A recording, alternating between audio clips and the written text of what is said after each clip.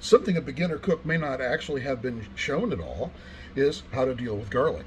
Now, I could be using a garlic mincer, or as Alton Brown would put it, a single or unitasker. It's not so much that I have a problem with using that sort of a little hand appliance, but frankly, once you get down to actually cleaning one of these things, it takes you longer to actually clean out one of these garlic presses with a toothpick or something in order to get it done, when frankly just a knife will do.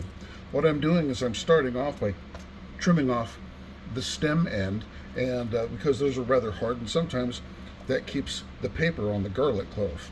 So what I'm simply going to do now is give it a good crush, and it just kind of comes right out. There we are. And so you don't even really have to go around and try to dig the paper off.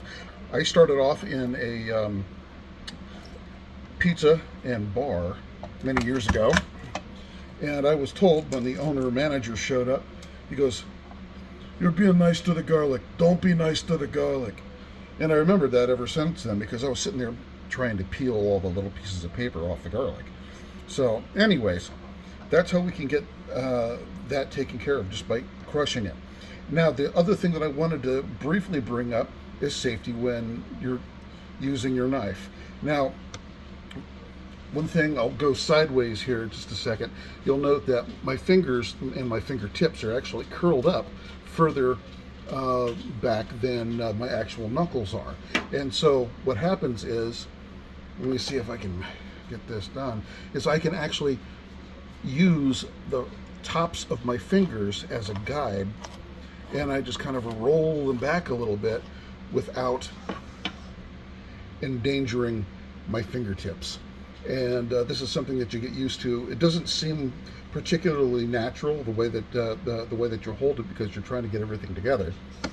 But eventually you get used to it, and you'll find that you have much more control over how you chop, and moreover, more control over what you're not chopping, meaning your fingers.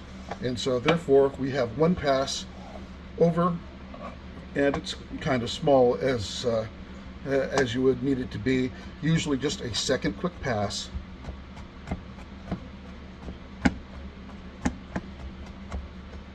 maybe a pass and a half, and there we are. The smaller that you chop your garlic, the stronger it's going to be, because you're releasing surface area for the other food and liquids and things that interact in your recipe. All right, thanks a lot. Then thanks for watching Eating Plebian.